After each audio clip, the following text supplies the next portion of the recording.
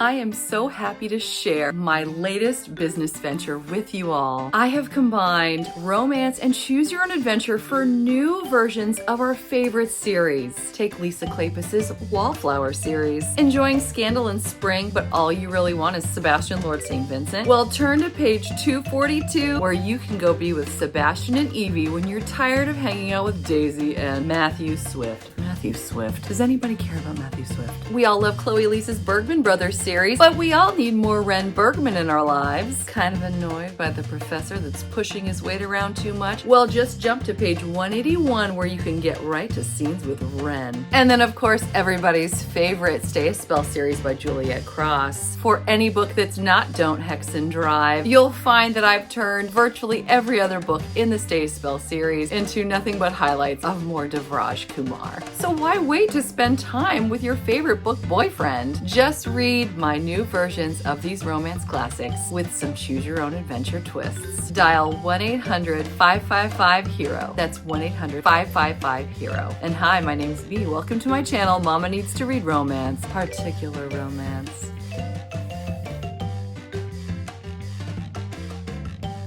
I don't know about you, but this was one of my favorite reading months of all time. I cannot wait to tell you all about the amazing books I read in the month of October. I read 1 6-star book, 1 5-star book, 5 4.5-star books, 6 4-star books, 1 3.5-star book, 4 3-star books, and 2 2.5-star books. I read 8 fantasy romances. It is Halloween after all. 3 contemporary romances, 2 Christmas romances, 2 historical romances, 2 football romances, 1 alien romance, 1 women's fiction, and of those, 7 were arcs, but my total was 20 books. Editor B coming at ya. I just realized that I totally neglected to mention that I reread a paranormal romance that is one of my favorites of all time, Don't Hex and Drive. So that was 21 books, including 1 paranormal romance. Now back to your regularly scheduled program. New to me authors included Sophie Cousins, Shannon Page, Amy Award, Rachel Greenlaw, Sarah Adams, Kelly Farmer, Georgie Monroe, Travis Baldry, Jess K. Hardy, Marilyn Marks, and Sangu Mandana. So let's talk about my 6-star. You know that feeling when you find a new book and it's your new favorite book? It is the best feeling, and I got that and more when I read The Prince of Prohibition by Marilyn Marks. It's available on Kindle Unlimited. It's book 1 of 2, Fae of the Roaring Age. It's The Great Gatsby meets A Court of Thorns and Roses. It's high fantasy in the roaring 1920s in New York City. We start in the deep south in the early 1900s with Adeline, who's just a girl with magical abilities. She can see magical creatures, and her brother and her father have kept her secluded from everyone and have been protecting her against who knows what. Well, tragedy strikes, and before she knows it, she's 20 years old and is now in the glamorous New York City in the 1920s. Think flapper girls, think bootleggers, it's Prohibition, there's gangsters. She gets sucked into that world, but then it turns into so much more than just gangsters and bootlegging. These people are also part of the Fae, and there's far more going on, and she has an important part to play. We also have Jack. He is the kingpin. He is the Prince of Prohibition, but he has a very important role as a Fae as well. This is a fated mate's tale. It's enemies to lovers. I loved the slow burn so much. Every time I listened to this, I was transported. The narrator, Brenda Scott Walslow, had a voice like melted butter. He is an alpha mallow. Oh, he's not that soft on the inside. He's a little bit, but he is definitely an alpha. He's dangerous, and I found it to be so fun, and that's not even my usual type. Even though I already owned the audio arc, I bought a paperback, which is gorgeous, and I even put the hardback on my wish list because it's gorgeous in another way, but it was a little more expensive and I felt guilty. Spending too much money on a book I already owned. But I'll tell you this too, I even got merch. I got a mug that hasn't arrived yet, but I also got this shirt, which I need to wash. It just arrived. And oh my gosh, I'm so in love. It just came, by the way. The flowers, the earth, the darkness, the woods, they're all yours if you want them. One day you may even command me. So exciting. If you haven't read this yet, none of this means anything to you, but hopefully you will. So even if you're not a big fantasy person, because in the past I haven't considered myself to be either, you might still want to give this a try because it was just so good. The second book is supposed to come out, supposedly, according to Amazon, November 30th, but they haven't confirmed that. So I'm going to be waiting with bated breath and the first one in line to read the second book in this duet. It's so good. I'm just so excited today.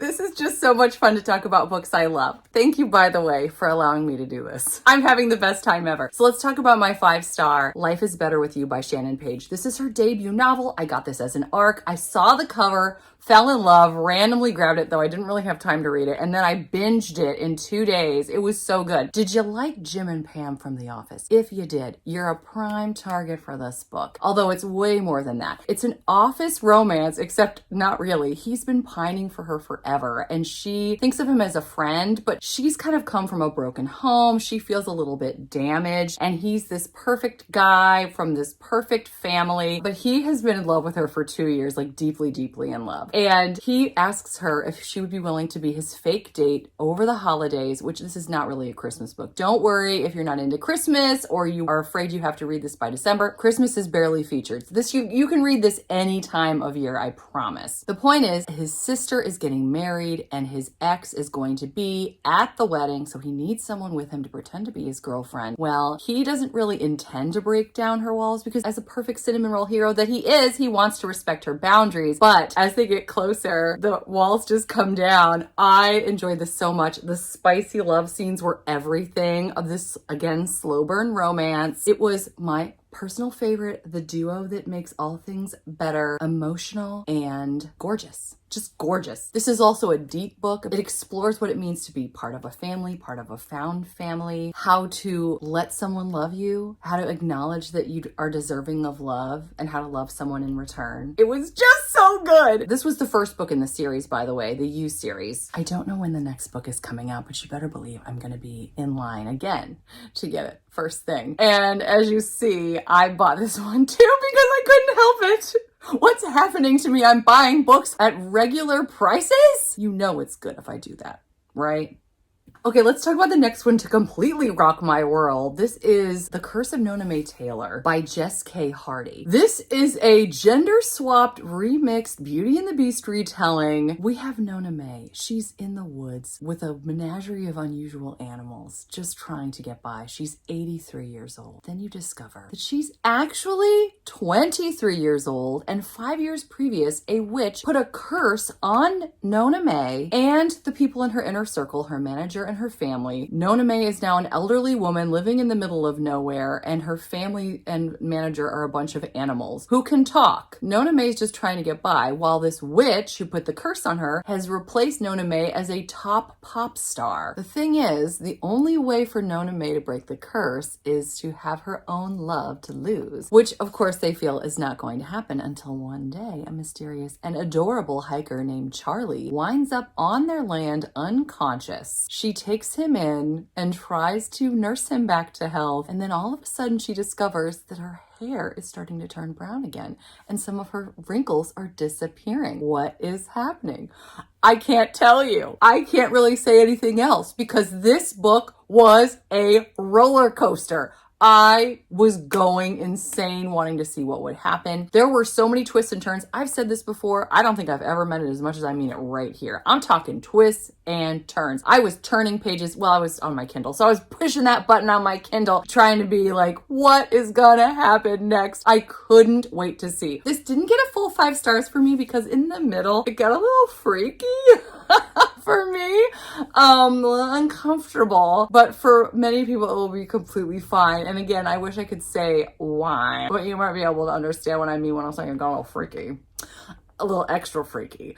And yeah, it was just weird, a little weird, but otherwise great ending. I mean, really a good book. Let's talk about another incredible arc that I read that I gave 4.5 stars, One Christmas Morning by Rachel Greenlaw. Now, yes, this is technically a Christmas book, but I wouldn't call this a cozy Christmas read. You could read this any time of year, but it is somewhat tied to Christmas. I really enjoyed this book and would have given it a full 5 stars, but it was a little heavy for my taste. Anyone who's dealt with grief of any kind is going to find themselves in these pages. Well, let me tell you a little bit more about it. So we have Eva. She is a workaholic. She is getting ready to open her own store right after Christmas. It's great that she's having so much success, but it's destroying all of her relationships, especially her marriage. So her grandmother, who passed away a few years previously, comes to her in the middle of the night right before Christmas and says, you have one last chance. And rather than being visited by 3 ghosts, we see her wake up on Christmas morning in the body of one of her other close family or friends to watch herself through their eyes. It was very different. It made me think of how people see me, but it was really heavy. It was so emotional. I was frantically, again, pushing that button on my Kindle to see what was going to happen. It was so good, but a little bit tough to get through at points. My next 4.5 stars is Wilmot Sisters Book 2 by Chloe Lease, Better Hate Than Never, which just came out in the month of October. I was very excited to listen to this. It was really neat that Chloe Lease decided to do a modern day adaptation of The Taming of the Shrew. Would have given this a perfect 5 stars, but Kate and Christopher were a little bit too acerbic or aggressive towards each other at the beginning. They're childhood rivals turned lovers. They really hate each other's guts and became one of the spiciest reads I've read in a long time. I adored the way that he worshipped her and wanted to make her feel good, just how supportive he was. He's dealing with chronic migraines and some anxiety. She has ADHD and has impacted the way that she sees herself and her value. I just found this book to be super mature, and I loved that Christopher actually sought therapy in order to be better for Kate, which was awesome. The love scenes were so emotional too, which is just my favorite. I love Kate Bateman, and I was so excited to read book 5 of The Scandals and Scoundrels of Drury Lane. Not only is this part of The Scandals and Scoundrels of Drury Lane, which is really hard to say, it's also the next novella in the Ruthless Rivals series. So I was very excited to see another Montgomery get the love of her life. This one is a fresh take on the Phantom of the Opera. We have rivals to lovers. Lucy comes to Will's theater. He tells her there's a phantom that everyone has been trying to see. Well, Lucy decides to win some money that she is going to see if she can find out who this phantom really is. And Will has to help her. And in the process, mysteries are uncovered. And one of those is the intense passion that they each feel for one another. And I loved this fresh take on the Phantom of the Opera, which, by the way, is on Kindle Unlimited.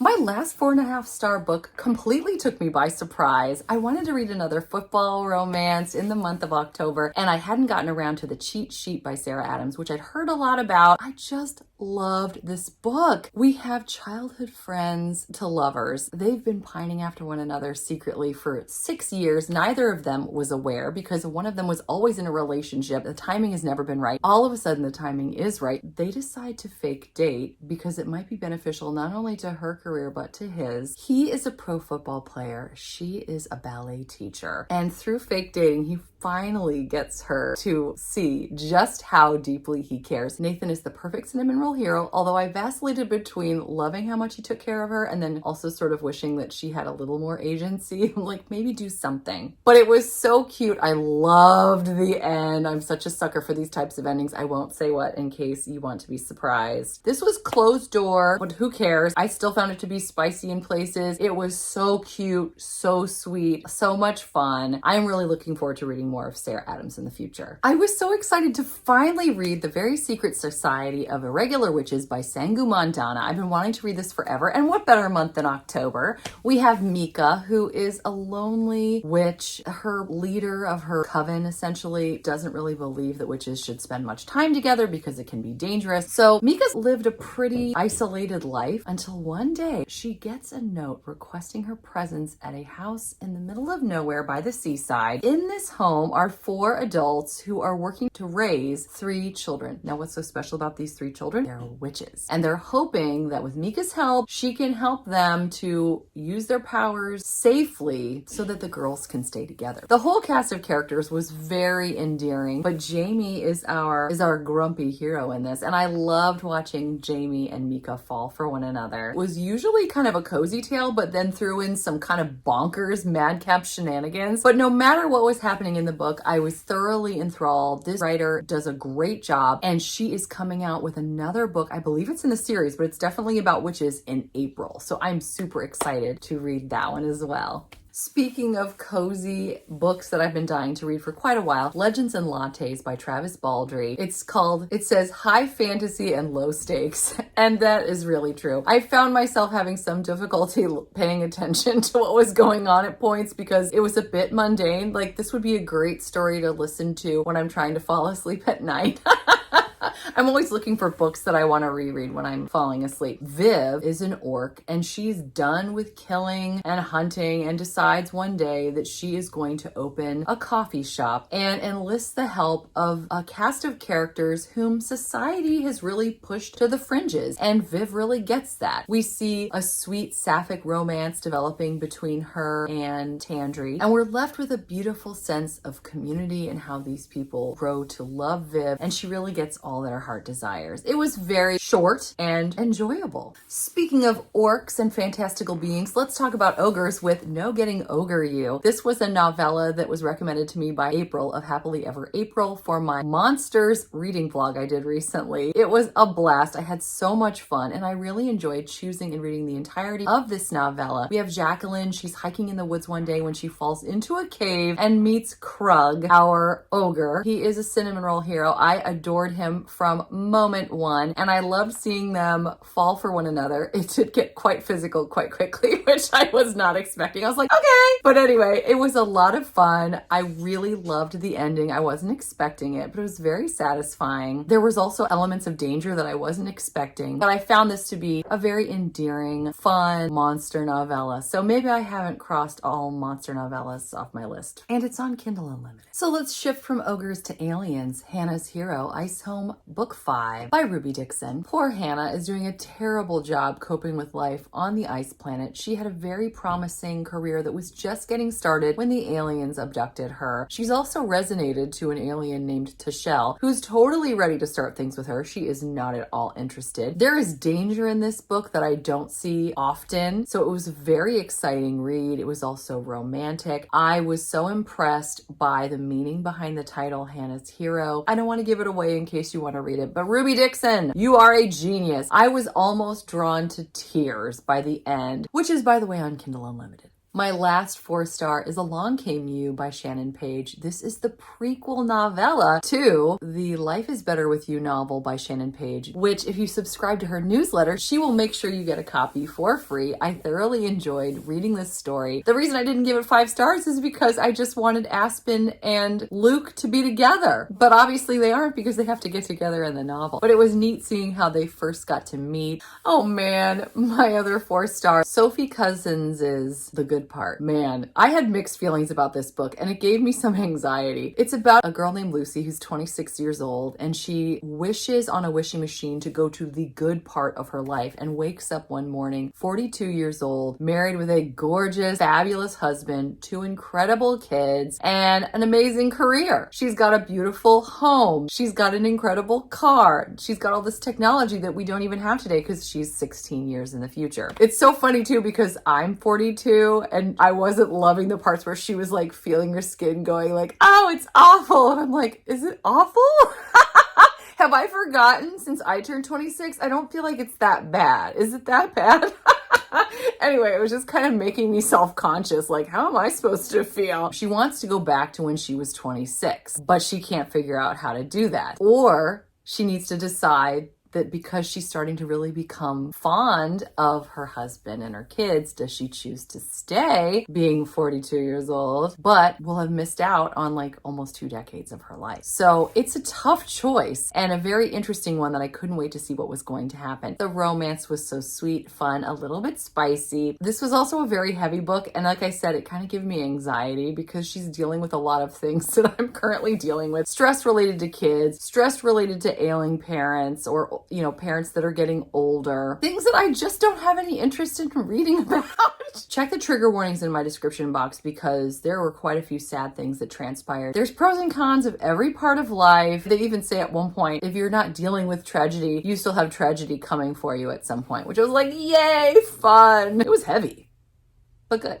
My only 3.5-star book is Finlay Donovan Knocks 'Em Dead. This is book 2 of the Finlay Donovan series, which I buddy read with V of the Sassy Library Fox. We had so much fun yet again buddy reading this story. It took us a little while because we were both busy and life gets crazy. I enjoyed this book about as much as the first one. It did feel a bit of a lather, rinse, repeat thing going on because it was very similar in terms of Finlay and Vero working together to try to figure out who the bad guy is. We again have some gruesome scenes that were kind of over the top. We see a lot of people who are morally gray, behaving badly or sometimes good. Finlay again has two guys that are vying for her heart as she tries to figure out who is trying to end her ex-husband. That's the main part of the plot. I loved how this was sort of meta at certain points because Finlay is trying to follow up the success of her first novel with another novel. She and her editor are talking about how we really need to bring the other guy back so we have a love triangle and another love interest. Then all of a sudden in the book you see her other love interest pop back in. I found it to be not quite as funny as the first one. A very fun read, and I know V and I are already game to read the third one. The fourth one, by the way, is coming out in March. My first 3-star, Highlander #1 by Karen Marie Moning, Beyond the Highland Mist, where we have a woman who goes back in time and falls head over heels for a guy named Hawk.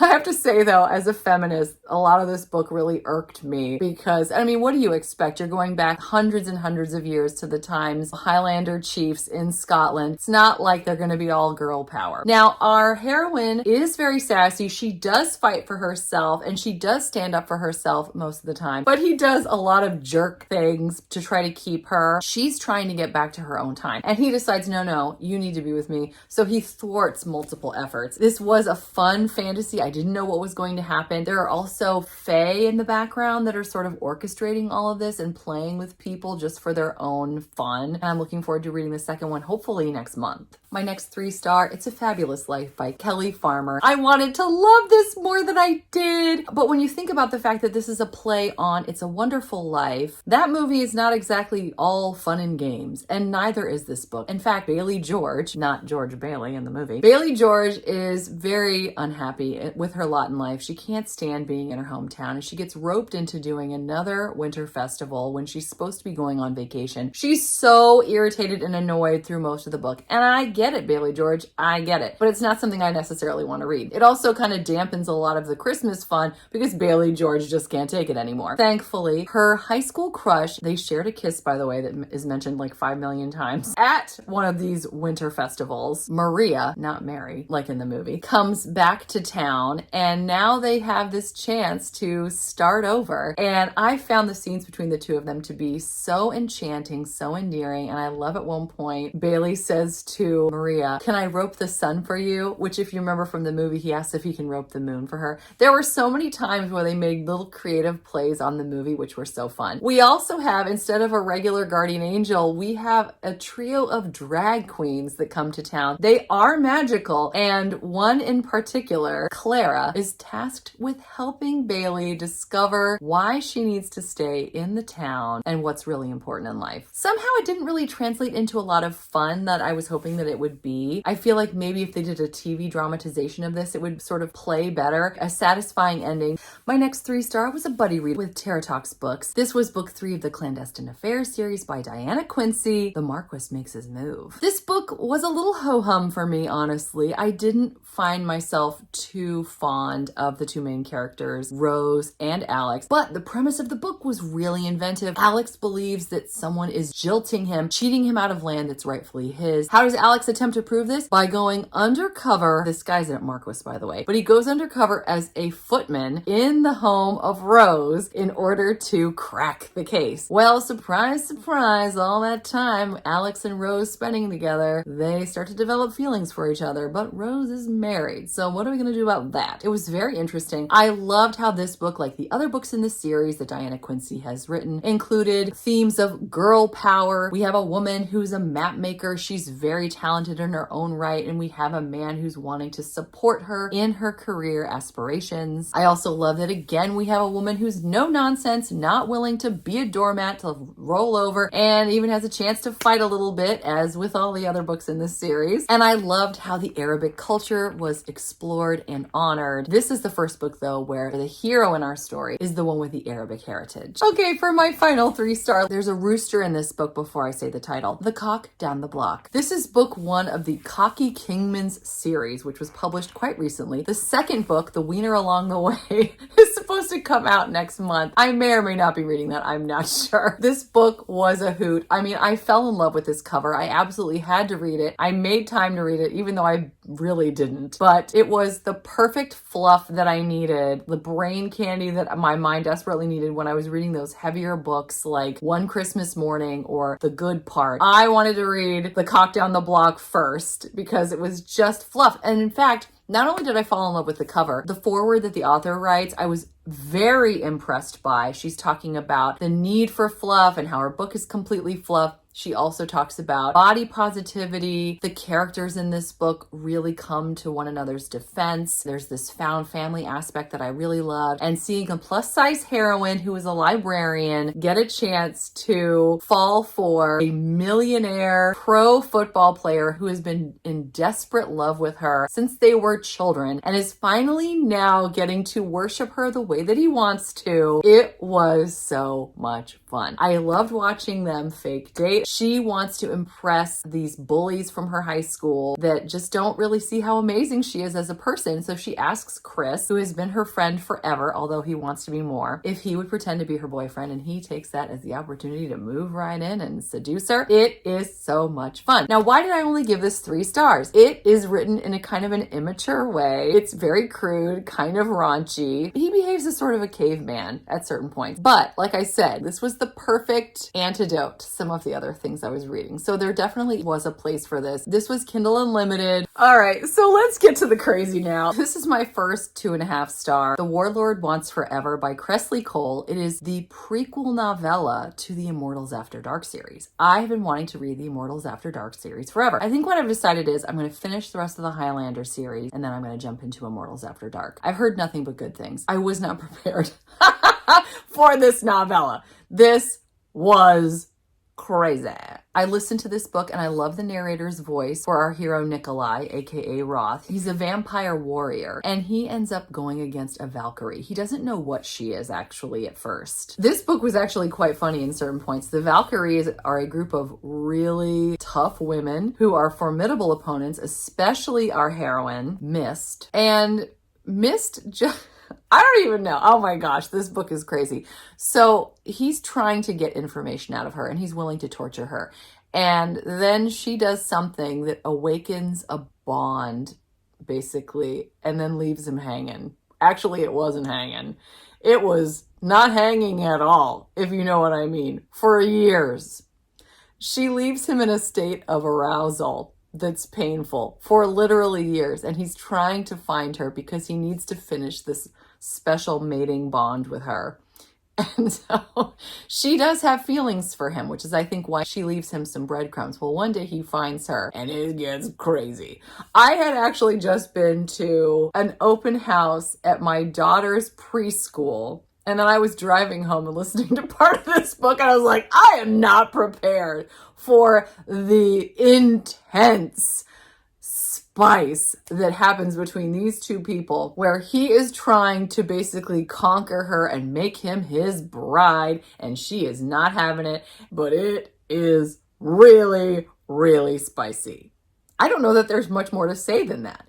As you can imagine, eventually she does come around. It was intense again, and we see a whole other fantasy world set in New Orleans, which a lot of books I've read recently are set in New Orleans.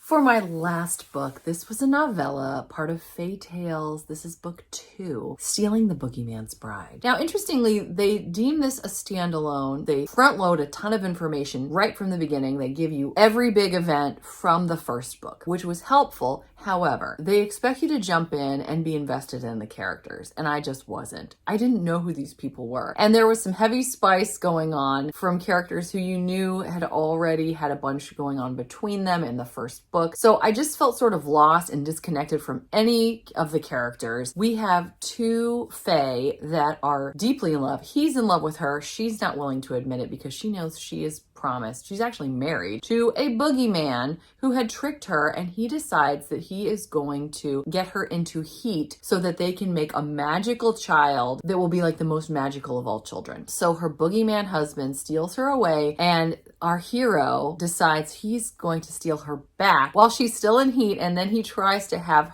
her bond with him instead. As you can imagine, there's a lot of spice in this book, a lot of daring rescues, a lot of fighting, a lot of language, pretty crude. I just couldn't really connect to this, but the overall premise of the story was fascinating. I could tell based on audience reaction that this series is quite beloved, but having jumped in the second book, I don't recommend it at all. Even if they can tell you events, you're just not going to be able to connect necessarily to the characters. Well, those were my 20 books. Do let us know in the comments, what did you read in the month of October that you just loved and want to share? We would all love to know. I've got so much fun planned in the month of November. You may have already heard it in my November TBR. Check that out if you haven't had a chance yet. I hope you're doing well. I hope you're enjoying whatever it is that you're reading, regardless of what month it is. Until next time, thanks so much. Take care. Bye.